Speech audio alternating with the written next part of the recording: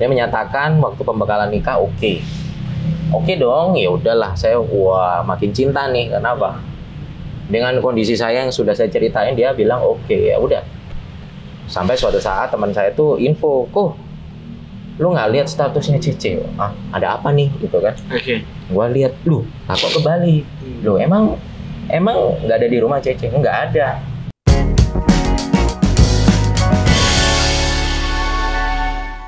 Oke, masih kembali bersama Kak Denny ini. Iya. Oke, lanjutin cerita yang tadi nih, Dok. Lanjutin nih. Nah, yang episode yang tadi. Oke, jadi ya begitu ya. Seru juga ya. Seru banget pastinya. Teman bandel akhirnya malah ketemu lagi untuk baik bandel. Iya. Baik bareng. Baik bareng. Ya. Sekarang kita episode yang kedua ini kita mau bahas tentang pernikahan nih. Wah, ini ya dalam ini. Kita main baru denger di kalian ceritanya nih. Ini kali ini cerita pernikahannya ini harus diceritain nih gitu. Emang kenapa sih ceritanya itu pernikahannya? Iya, jadi dalam fase dunia gelap saya, ketika saya menikah, itu saya udah komitmen lepas semuanya gitu kan. Intinya meninggalkan semuanya gitu kan. Ya, jadi ya meskipun ada checklist lah, pasti ada bekasnya gitu kan. Iya. Nah, tapi menariknya adalah ketika saya menikah waktu itu, ini anak saya udah umur 11 tahun. Iya. Ya kan, dari pernikahan yang pertama.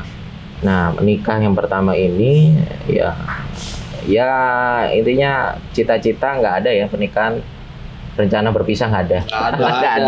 Nggak ada. Tapi menariknya saya bener-bener dikulitin di pernikahan pertama. Kenapa? Nah, di pernikahan pertama itu saya ini kan istilahnya orang yang istilahnya dulu itu pernah istilahnya street fighter lah, intinya kayak gitu. Tapi gue bener-bener kalah babak belur di pernikahan. Kenapa? Ya, jadi ketika lagi-lagi pernikahan itu saya diuji tentang artinya sabar. Sabar sampai ketika saya mendapati, ya singkat kata, dia ada opsi lain waktu itu. Padahal sudah nikah. Sudah nikah gitu kan. Akhirnya saya, dan itu menariknya sama ini mantan pacar. Tapi ya oke lah, itu masa lalunya dia. Saya sebenarnya nggak terima. Cuma waktu itu saya sudah melihat bahwa ada buah hati saya di sini, di perut dia. Waktu itu saya mikir, waduh ini gimana dan sebagainya. Berpikir berulang kali untuk buat keputusan. Sampai akhirnya titik di mana anak saya lahir. Anak saya lahir dan saya minta istilahnya minta maaf. Ini orang jalanan nih, yang dulunya gak ada lawan mungkin, tapi begitu dalam pernikahan karena saya ngelihat anak di situ, mantan istri saya menuntut bla bla bla, ujung-ujungnya UUD lah, intinya gitulah. Jadi ketika saya tuh, ya namanya pernikahan di awal-awal pasti kita dihadapkan dengan masalah doku ya, karena dia memang nggak amanat gitu ya. Jadi dia hanya nuntut sampai akhirnya saya memutuskan untuk minta maaf dan bilang bahwa udahlah, kalau kamu benci aku nggak apa-apa, tapi anak ini butuh figur papa. Saya minta maaf, berlutut bro, berlutut itu udah gua tanggalin semuanya udah berlutut. Bukan emang ya, berlutut di depan. Aduh, itu ini malah gua dimaki-maki sama mantan mertua bahwa kamu nggak bisa bawa deh. Intinya dimaki sampai akhirnya yang satu nggak bisa aku lupa bahwa mantan mertua saya nunjuk pas di muka saya. Itu langsung buah saya muncul gitu. Waktu itu ada mama saya cuma pegang tangan saya, ya sudah, saya nggak bisa ngapa-ngapain. Saya pergi, akhirnya saya putuskan, gimana kamu dengan semua apakah kamu nggak berpikir ulang untuk melihat bahwa anak ini juga butuh figur keluarga yang utuh Dua-duanya. Oh segini udah percuma diterusin ya. Dia minta bisa. Oke, udah gua urus lah. Akhirnya 2,5 bulan surat itu hadir. Waduh, ketika surat itu hadir, ternyata nama saya digoreng. Apalagi di sekolahnya Vanu, di gereja, bahkan wah di lain-lainnya lah. Bahkan digoreng bahwa kenapa aku bisa? Inilah saya harus sekali lagi harus sabar. Bayangin, gua nggak ngelakuin apa-apa nih, dituduh maki dia, mukul dia, bahkan lebih parah bawa cewek ke rumah. 3 hal yang tidak saya lakukan. Bayangin Nah, dong. ini. 3 hal yang tidak saya lakukan, tapi saya melihat orang-orang kok pandangannya sinis dan tajam sama aku. Sampai aku akhirnya saya belajar untuk tidak mengkonfirmasi karena saya sudah cukup lelah Oke. dengan hal-hal itu. Betul. Saya udah bodoh amat dengan pendapat orang. Saya lebih concern sama saya mengisi kualitas hidup saya. Udah, saya nggak perlu apa-apa. Berjalannya waktu saya pisah dengan berbagai macam cerita. Akhirnya mama sedikit menyudutkan saya dengan hal dan sebagainya, menyalahkan saya dan sebagainya. Sampai akhirnya saya ada di titik kembali ke zona itu lagi. Disitulah saya berhubungan dengan ya berbagai macam ini sampai akhirnya pernah ya boleh dibilang ini pengakuan dosa ya. Kumpul kebo gitu kan sampai berapa bulan dan saya melukai hati mama saya. Saya benar-benar minta maaf karena ini beda agama, saya betul-betul udah lepas dia. Tapi ternyata saya nggak bisa ngelupain dia karena dia setia. Beda agama tapi setia. Kan bingung ya. Bapaknya pingin saya ikut Islam. Waduh, saya jadi nggak bisa gitu kan. Akhirnya saya memutuskan bagaimana? Nggak mungkin dong. Saya jual keyakinan atau agama saya atau Tuhan saya dengan hanya sebatas oh ini saya ngelihat dengan kacamata saya bahwa dia setia. Saya lebih kembali lagi kepada Tuhanku yang setia. Akhirnya saya lepas dia. Sampai akhirnya dia menikah. Ya saya bilang ya udah non mau berbagi ya. Sempat saya doain dia dan akhirnya perjalanan ya ini nggak perlu diceritain ya, tapi yang highlight yang paling ini ya. Dengan berbagai macam pacar dan sebagainya, saya memutuskan 8 tahun menduda nikah lagi. Oh, 8 tahun dulu ya? Iya, 8 tahun menduda nikah lagi dan itu nggak gampang. Iya, oke. Nggak gampang dengan usia selisih 10 tahun. Saya kenal dia awalnya dia Muslim terus jadi Kristen. Saya kenal, kok bagus, kok ini, wah. Saya sekali lagi ini karena saya lupa untuk mengkonfirmasi ke Tuhan dan saya waktu itu lebih ya namanya orang kosong ya, namanya orang yang lagi butuh. 8 tahun nih kan? 8 tahun nggak mudah bro, 8 tahun nggak mudah. Itu batas akhir skripsi itu. Iya gitu. Ya, akhirnya saya bilang, waduh ini gimana. Saya memutuskan setelah berhubungan 1,5 tahun pacaran nikah. Wah, Nikah di masa pandemi. Dan itu nggak mudah. Iya, nggak mudah karena ekonomi lagi bagus. Ya, nikah ini lagi suruh banyak lah istilahnya batasan-batasan. Akhirnya saya juga bilang bahwa kondisiku lagi gini, uangku lagi sekian dan sekian, lu mau nggak? Dia menyatakan waktu pembekalan nikah oke dong, ya udahlah. Saya makin cinta nih, kenapa? Dengan kondisi saya yang sudah saya ceritain, dia bilang oke, ya udah nikah, plak. Singkat kata, dia ternyata lifestyle-nya kayak nggak bisa terusik. Akhirnya nggak tahu kenapa dia pulang malam, ya kan sama temennya, sampai saya marah sama temennya, sempat saya ngancam sama temennya. Tapi sekali lagi kita tengkar hanya gara-gara masalah itu. Ya disitulah benernya pernikahan itu diuji ketika lu bisa tahu bahwa siapa sesungguhnya pasangan kita. Nah, kalau misalkan lifestyle gitu, kan kakak udah buka semua nih ini. Kenapa dia mau? Tahu alasannya juga? Ya alasannya dia sebetulnya yaitu sekali lagi dia nggak kayak nggak bisa meninggalkan masa lalunya dengan happy-happynya dia. Kan dia tahu soal happy ya. Nah, tapi kan faktanya kan ini ya. Dengan lifestyle dia yang hedon, kenapa dia dengan kakak udah terbuka nih, aku cuma punya segini loh, hartaku segini gitu. Kenapa dia tetap mau nikah sama kakak? Ya kalau analisa saya sih mungkin karena status ya. Dia daripada pacaran terus nggak jelas gitu status. Udah lama kayaknya soalnya. Ya 1,5 tahun kan ya juga lumayan gitu ya. Nah celakanya adalah saya ini kan waktu itu end of month kerja gitu kan. Dan saya tuh bukan tipe orang yang suka buka story-nya orang, story WA ya. Sampai suatu saat teman saya tuh info, "Kok lu nggak lihat statusnya Cece?" "Ah, ada apa nih?" gitu kan. Oke.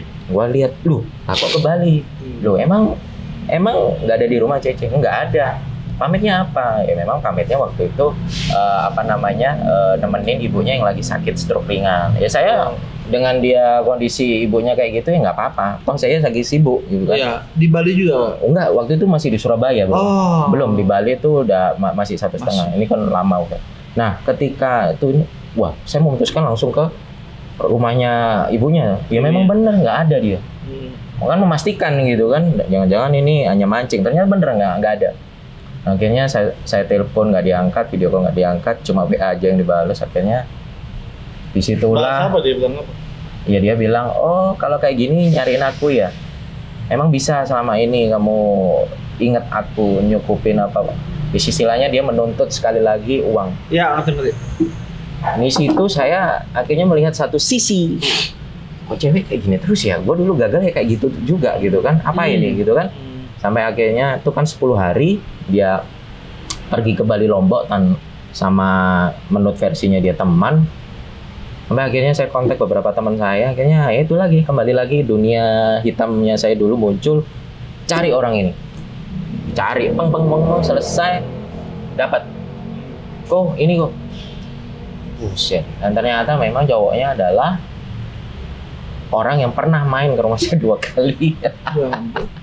Disitulah saya bilang, waduh, ini ya? Iya udah kenal, udah baik, saya kira temennya dia gitu ya, saya nggak beranggapan bahwa itu apa dan sebagainya. Ya sudahlah gitu kan, dan ternyata dia nggak ngakuin.